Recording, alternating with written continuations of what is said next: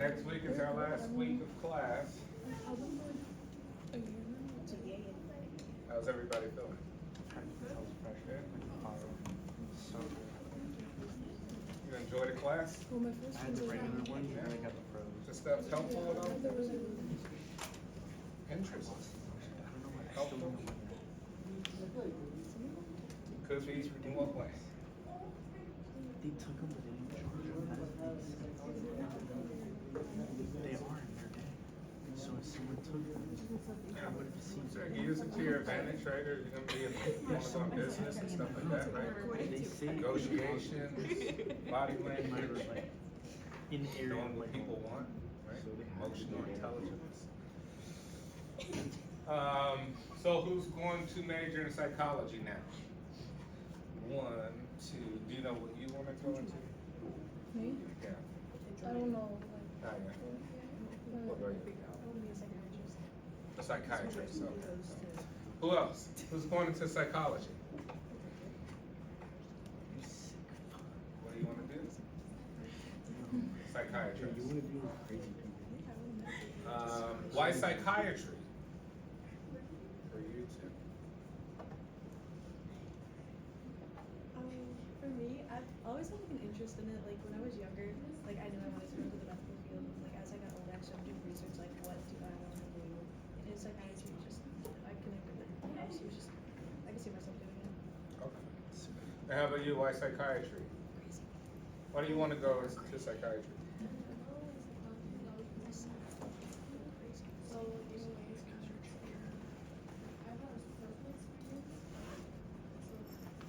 You know, crazy redhead.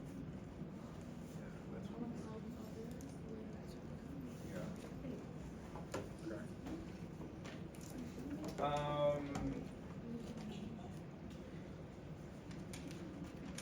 In what ways do you think this type of stuff we're learning is useful? We got one answer. What other ways? What we're learning is useful to answer big questions. What are some of the big questions? Right, think about the fundamentals of what we're trying to understand here. Nobody knows what this is. By this, I mean, you're alive. Nobody knows what that means. Right? Thousands and thousands of years, people are trying to figure out, like, well, does the universe only really exist because of your consciousness? Does your consciousness only really exist because of the universe? It's just never more than that fancy tape recording of a life. They being programmed like a computer every day to be a certain way, to do certain things. Right? Another cog in the wheel. Right? They all dress the same, talk the same, look the same. Does any of this stuff matter? By stuff, I'm like, any of it.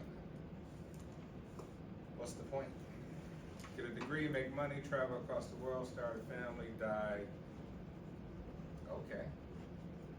That's been done trillions of times over. Right? So think a little bit deeper about what we're trying to figure out. Number one, we're trying to unlock the key to ourselves.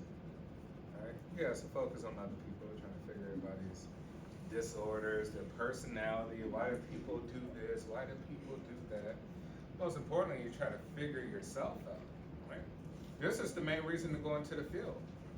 All these psychologists I know and psychiatrists are the most screwed up people personally that I know. Mentally. Very intelligent, very perceptive. They can help everybody. Can't help themselves. They're still struggling, right? They're trying to figure it out. Trying to figure themselves out. With the exception of Professor Rose, right? He's not that screwed up. Maybe.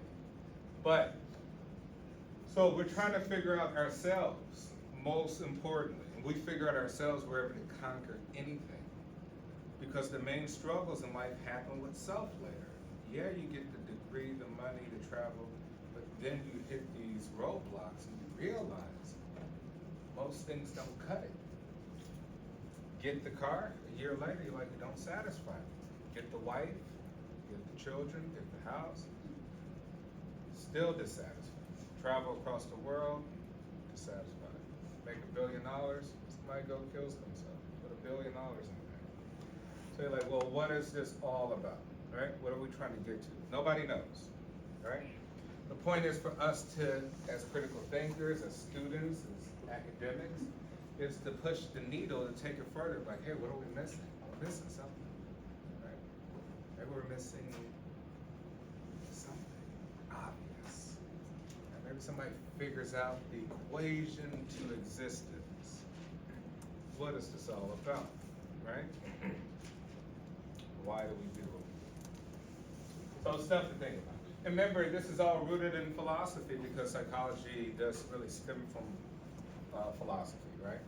You read the old works of Aristotle, of Plato, and you really start to see they're asking questions kind of dealt with stuff like this, right? Behavior of animals, and then we're animals too. Ultimately led to investigations of behavior and such. All right. Continuing on with disorders. Oh, but before that, so yes, one more week left. Next week is finals week. Remember, the finals is across the board the same. And so I have what the finals look like. So what I'll do is Wednesday and Friday, we'll touch on the finals, like exactly what to expect. So you take all the notes and be prepared, right? Because may be some things on there that we didn't like really get in depth with, right? So we want to make sure that everybody is good on it. So yeah, this is our second to last chapter, disorder. Next chapter is therapy, and that's it. We're done pretty much with everything. All right, but continuing on with disorders, right? We say, okay, we talked a little bit last class about anxiety, OCD, PTSD, right? And then we want to understand with conditioning, cognition, and biology, how they are helpful. And we said cognition is thinking. Anything cognitive are thoughts. Thoughts create feelings. Feelings create behavior, right? Remember we talked before in previous chapters about classical conditioning, like Pavlov's dog, stimulus generation. Remember, you're only interested in stuff that, you're only stimulated by things you're interested in. You'll forget 95% of everything you've heard in college, sitting through all these lectures. Why? Because you don't care. And then a few things that you pick up that you say, oh, interesting, we write notes. You care about, I guess? Right? It goes to show you we are only stimulated like a radio antenna. We only pick up a signal that's either familiar to us, interesting to us, or personal to us. The stuff that sticks. Yeah, you write the notes for other stuff too, but the stuff that sticks that you memorize are things that are interesting, right? Which is the case for people to argue against ADD. You're kind of like, well, people aren't interested in most of the stuff as kids, then maybe not attention deficit. They just don't care about stuff that don't matter. Right? Could be an argument. Then we say reinforcements. Alter behavior, you have to give somebody a reason. Reinforcement's a reason. Show up to the job, we'll give you money. Stop paying me, I'm not showing up to the job no more. Right? Take me out to dinner, you get a second date. Don't ever take me out again, let's break up. We need a reason.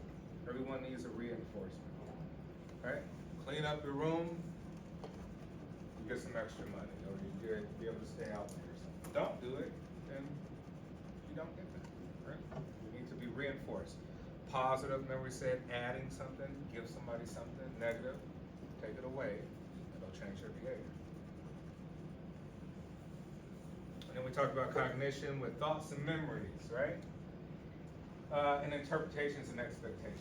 All right, let's kind of talk about OCD and PTSD, so let's get to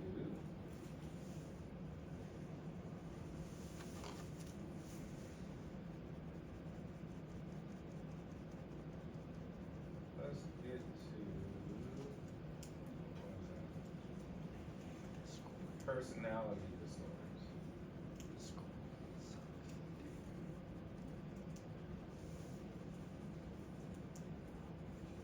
All right. All right, other disorders, dissociative disorders, which we used to call multiple personality disorders. Right? Like, oh, is that a real thing? People have multiple personalities? But yeah, right? It's very rare. And you may think of someone to be like, hey, I know somebody who acts different all the time, right? It seems like they're acting in different environments. That's not necessarily what we're talking about. Disassociative means a completely different identity.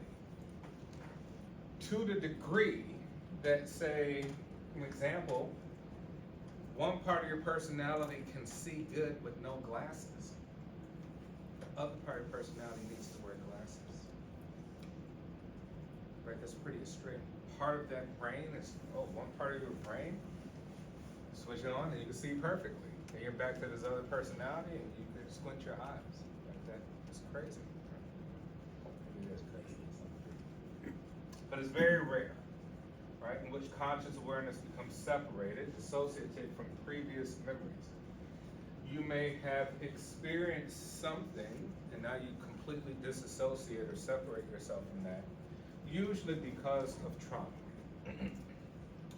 So dissociative or multiple personality disorders usually stem from some traumatic event, a lot of times from childhood, right? It could have been some sort of sexual violence, it could have been physical abuse, verbal abuse, and now we're creating personalities based on when those events took place. And like we said, if they happen between 0 to 3 years of age, in essence, you forgot. You have seriously no clue at all. I could ask you, like, hey, tell me about your second birthday. Right? I don't remember that. Do you remember your first grade? Yeah, first grade, my best friend was Galileo. Right? Different. So we say, but does what happens between 0 and 3 matters? Yes, it matters as it does matter for anything that happens to us today.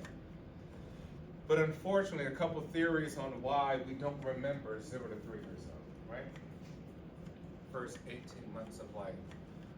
Freud sort of argued that since we're born, and being born is a traumatic event, birth is trauma. You're introduced to a world, a universe. You were just in your mother's womb. You're introduced to an environment where all this stuff, man, you gotta actually do work and energy and figure things out. So Freud thought that since it was such a traumatic experience of being born, that it took us a long time to eventually, 3 years, to eventually catch up with all the processes for even us to begin to have memories, right? That was his hypothesis. Others argue against that, right? That is basically say that physiologically we don't possess the brain structures or the formations, the neurons to create long-term memories that can stay. Who's correct? I don't know, right? You can argue for both. But with that being said, if you have some sort of traumatic experience in that time, now you may take on either the perpetrator or the victimization of what happened. So, if you were verbally abused as a small child, you can have a personality in which you're very normal verbally, and then you switch on another personality in which you take on the role of the person who verbally abused you as a child, right? And so you have a distinct personality, all the characteristics of what that person possesses. Eye movement, body gestures, tone of voice. Maybe the voice even sounds different. Kind of like the movie The Exorcist. Like, whoa, not even the same voice, right? Very rare, but very distinct personalities. Not like you're acting, right? So how do we know this stuff is real, right? Because it all sounds wonderful.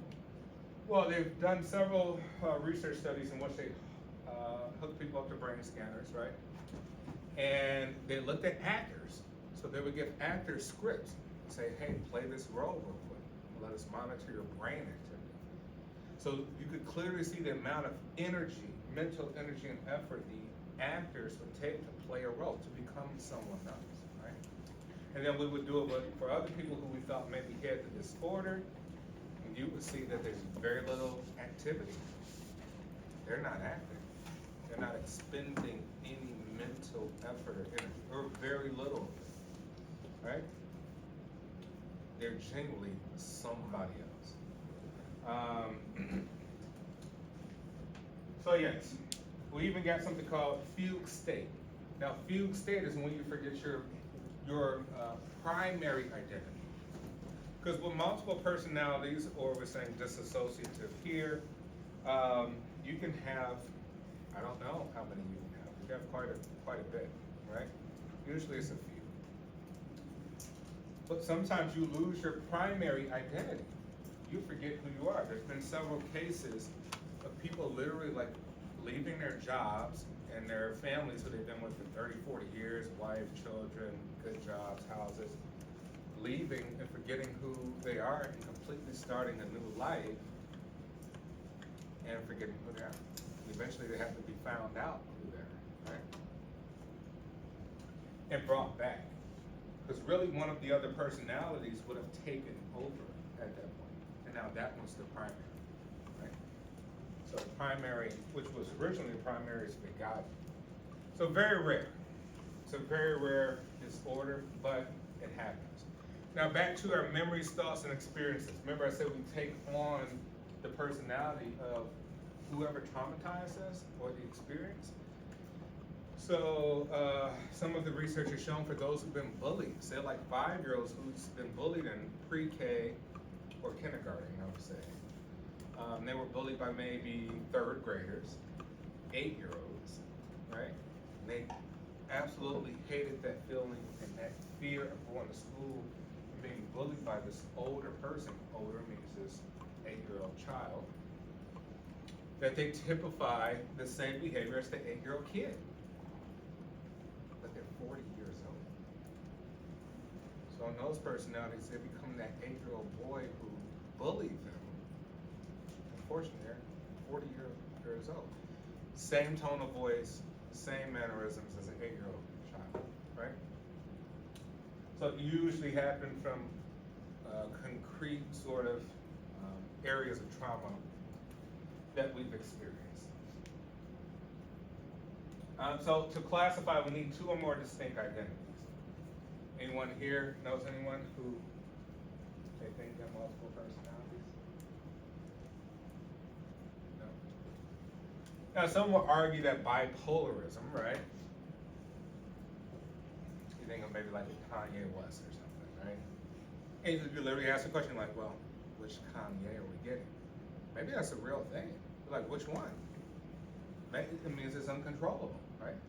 He's not aware, maybe he's not aware, maybe he's not conscious of it. You're like, whoa, right? Who's showing up today, right? Or maybe it just snaps on. Some people argue that bipolar disorder also could be, because we said 2 or more.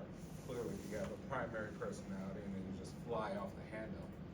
At another point, nobody knows what they're gonna get. It could be an argument, right? But it's still different criteria.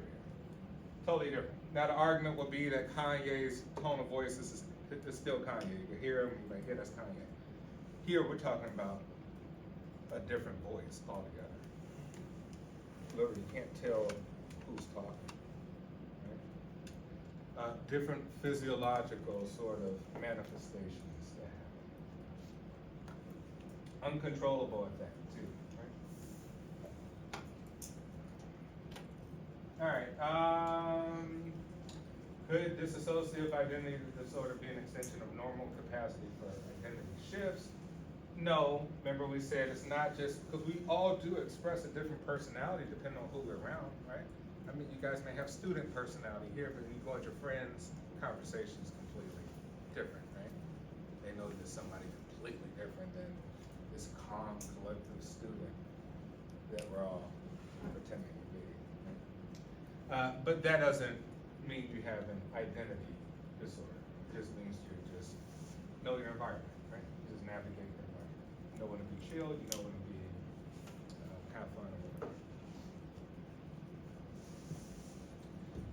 All right, other personality disorders, right? We say, where do they come from? Well, anxiety, we said that trauma is anxiety. We try to repress it, we try to hide it, try to bury it, but it manifests itself out. Eccentric or odd behaviors, right? We all kind of have some eccentric or odd behaviors, but sometimes if they're very odd, something we should pay attention to. How eccentric, right? Dramatic or impulsive behaviors create personality disorders. Well, I wouldn't say create, but they are symptoms, right, of personality disorders. We could say even victims of sexual violence or sexual trauma, there's been research to show that people who engage in promiscuous activities, sometimes if they do have multiple personalities, they're manifesting maybe those traumas as well too, right? They're using those sort of activities because of that trauma. All right, and then ASPD, right? You say, sometimes we call it sociopathy or psychopathy. What's the difference? Psychopaths and sociopaths. What's the difference?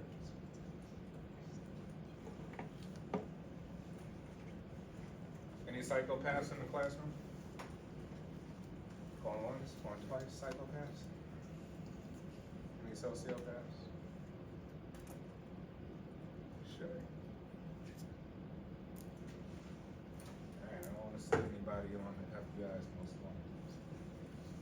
Right, we say psychopaths are born, genetic. No amount of treatment will help you. Right? It's who were born. It's literally a genetic deformity, you would say.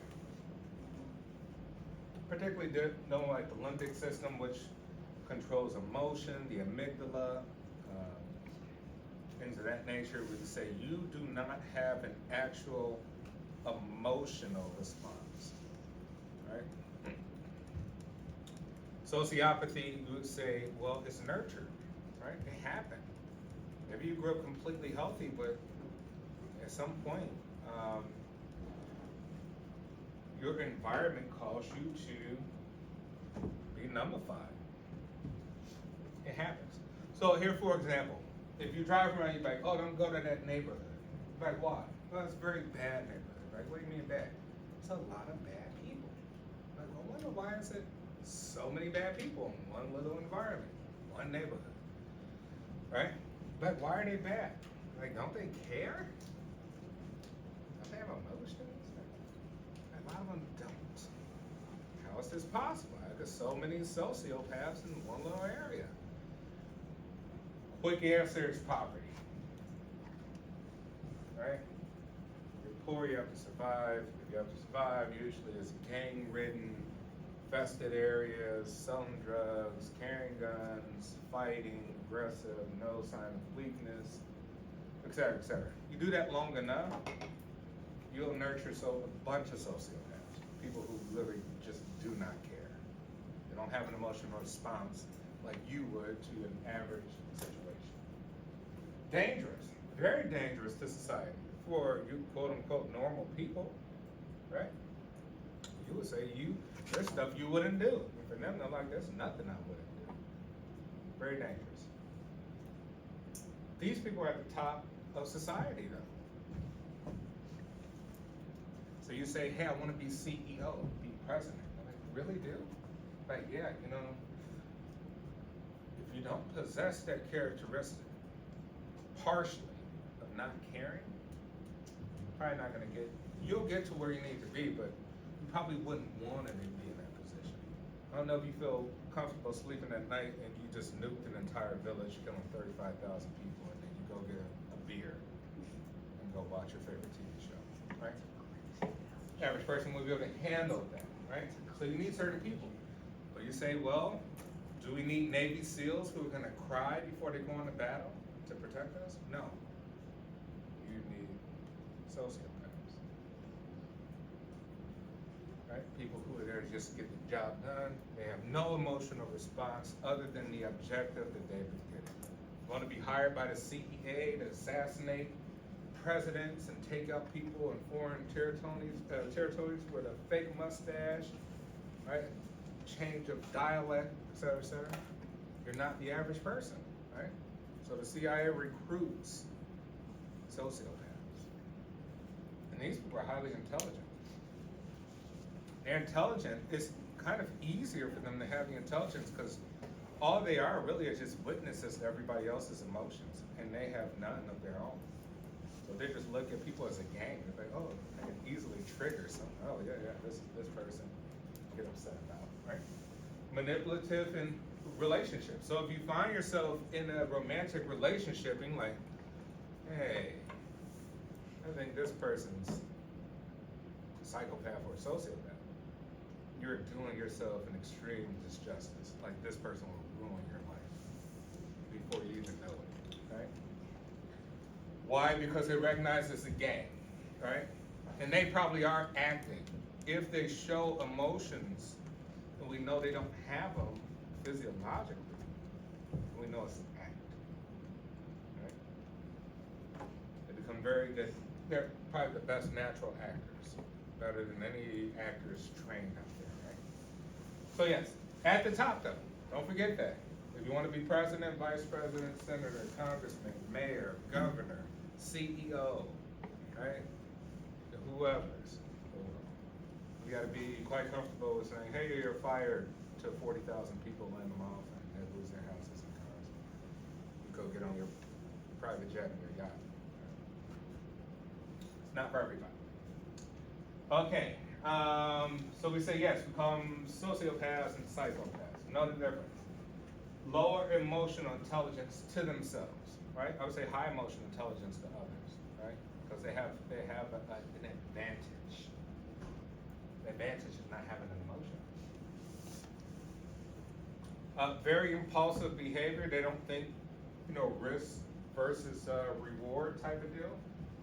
Very risky because they don't think about the consequences. So you say criminal behavior, like, man, you could go to jail for 20 years for that.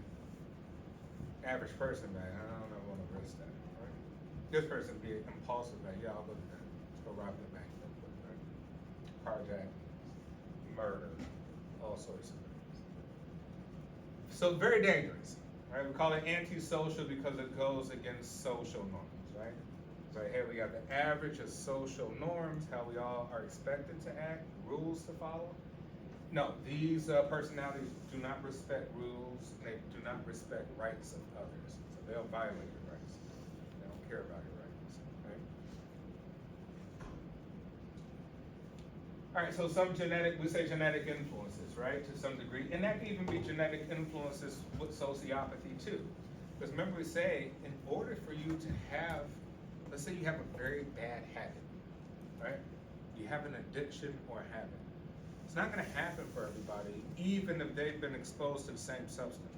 Not everybody's going to be a coke addict just because they tried coke a few times. Some people might have tried it for a couple of years and still not hooked. They're like, yeah, I do it once a couple months or something. Right? We say you need a predisposition. You need to have a genetic sensitivity to certain things. And that causes you to have those sort of influences, right? So we say some things can be genetic for both, right? Psychopaths for certain, 100% genetic. Sociopaths, probably some partial genetics with that, and then partial environment.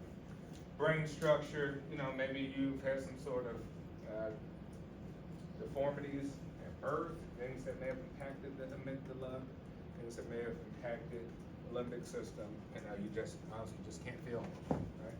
You're numb to most things. And then environmental factors. We say, hey, poverty creates a lot of sociopaths, right?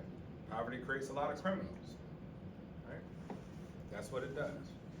Because you can't be weak when you're poor, because usually the environment's pretty tough, right? So it doesn't allow you the grace to be normal. All right, so we're looking at males with criminal convictions as adults, right? So we said level of the stress hormone adrenaline were measured in two groups of 13-year-old Swedish boys. Now they say 13 before we finish this. Usually we give you the grace of about past the age of 13, 14, before we say, oh, that's a sociopath or psychopath, right? Or you get multiple personality disorders. We give you that because you have yet to really experience like puberty, hormones, sort of real world changes as quote unquote an adult, at least physiologically as an adult, right? Be able to procreate and things like that nature. So we usually don't diagnose anyone under age of like 12 or 13 as being sociopath. Hence why we have, even the legal system, you like tried as a juvenile. Like, well, who's a juvenile? Well, depends on the state, but most of the time it's under the age of 18, right? Which means that, yeah, you did some really bad stuff, but we have to take in consideration that either your brain is not fully fully formed, or you're not fully aware of what everybody else is doing as an adult. But here, let's go back. Levels of the stress hormone adrenaline were measured in two groups of 13-year-old Swedish boys. In both stressful and non-stressful situations, those who would be later convicted of a crime as 18 to 26-year-olds showed relatively low arousal. So here they were measuring arousal, right? Arousal with adrenaline and cortisol. Let's think, remember we said the two major hormones that cause it should be stress, right? Cortisol, adrenaline, right? And that's why when you are stressed, you feel very, very tense. You just feel like you're gonna like burst, right? Because internally you are tense, like your heart wants to, pump up. It feels like you want to do something, but you can't. It's really just your mind inducing that feeling. Okay, so basically they were, they didn't have responses to, let's say, stressful situations. So you say, in this particular study, we could show someone something and say, hey, let's hook your brain up and see, or look at your levels of stress hormones and see how you respond. I'm like, well, how extreme are we gonna be? What kind of stressful stuff would we show you? Right? Let's say we've set a bunch of 13-year-olds down and we showed them somebody being beheaded. We like stare at it. Right? You say, clearly the average person, okay, I don't wanna watch this is horrible. Right? Does it before stepping to watch it, you're like, I'm stressed out. But for some people, you're like, nothing, no response. They can care less what they're watching, right? Maybe you show a lion eating an antelope from beginning to end, right? Something very, very, very bad, right? You would say clearly the average person would exhibit some hormones of adrenaline and say, this is bad, I need to get away from watching this, right? You can use different techniques. But yes, but here they say, well, those later on with no criminal conviction, because I guess they kept in contact with them, right? No criminal conviction versus criminal conviction. The stressful, here on the y-axis, adrenaline excretion, and here on the x-axis is the situation. Non-stressful or stressful, those with criminal convictions exhibit way more response to stressful and non-stressful situations than those who are, say, no criminal. Right? But that's kind of the evidence to support that some people are just different than others for emotional responses. All right, and then eating disorders, right? We said, well, where does eating disorders derive from? So we get anorexia nervosa, right? Anorexia would be, well, limitation in eating, right? Which causes you to slim down, very low caloric intake, right? You're not getting your calories and nutrients. You don't eat. And like, well, why would that happen? Well, a host of reasons, right? Now it's simple. We say one, maybe you were, once again, deprived as a child of eating, right? And now that same sort of experience manifests itself as an adult. You feel that maybe eating was a traumatic event. Things associated with food make you feel a sense of trauma. Thus, you may avoid eating food. Right? And we say there's always a correlation between something Nothing just pops up out of nowhere for no reason, right? There's always something there. Our job as therapists is to figure out what that thing is. Bulimia nervosa, right? Nervosa, we're always dealing with the nervous system. Remember we said parasympathetic, sympathetic, things that bring us up, things that bring us back down, calm. Bulimia nervosa has to deal with regurgitation of your food. So you eat, right? You feel okay eating, but you feel repulsed to some degree to throw it back up.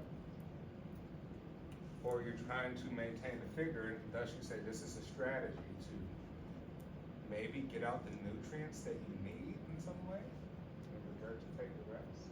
I don't know. But deals with the nervous system, right? We're anxious about something, right? And then binge eating, right? Binge eating is gorging at certain periods of time for whatever reason. So maybe we say that anxiety causes us to binge eat, right? When you have a lot of stress, what do? Cheetos, Doritos, pop, right? Candy, chocolate, right? Because you're stressed, right? You say stress brings us up, the sympathetic nervous system. I need to get something in there, my blood sugar, bring myself back down, and so we binge eat. Maybe that's a way to deal with stress, right? To deal with anxiety. Or we could once again say traumatic event. Maybe mom and dad would gorge us with food because they were pressed for time to go to work or something, or whatever the case was. And now we're exhibiting the same behavior as a child. We weren't fed in an appropriate manner. Thus, we're manifesting the same behavior later on in life.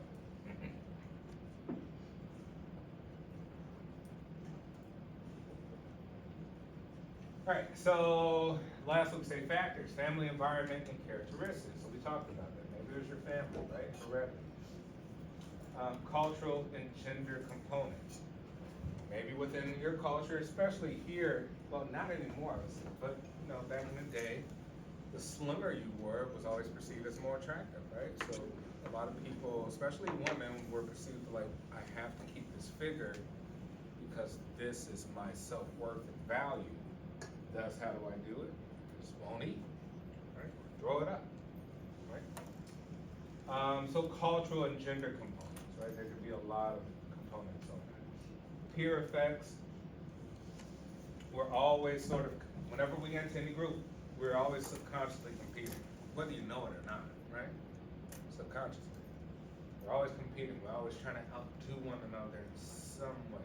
We're always trying to beat one another. We always try to find other ways. So therefore, with our peers, we're always, if they're looking good and, working out, guess what? We got to do it too, right? If they're slimming down, we got to slim down too. We got to stay on top because since they're close to us, a lot of our value is placed on them because they're feedback to kind of who we are as a person.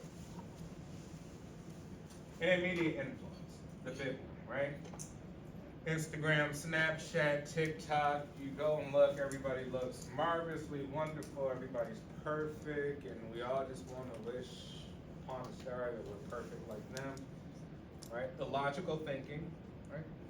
We are who we are, they are, that should be the real thought. But unfortunately, we do tend to follow and subscribe to other people's livelihoods, right? This is not good. All right, any questions? All right, so yeah, Wednesday and Friday, we'll start going through what to expect from the exam, right? So take notes. Next week is finals week. I still need to figure out exactly what that schedule looks like. I know some classes been locked out for a certain time, right? But hopefully Friday we have our last class, we all get together, we go hang out and do some snacks or something, watch a movie, and, take it easy. Sounds good? All right, everyone, have a great day. See you on Wednesday.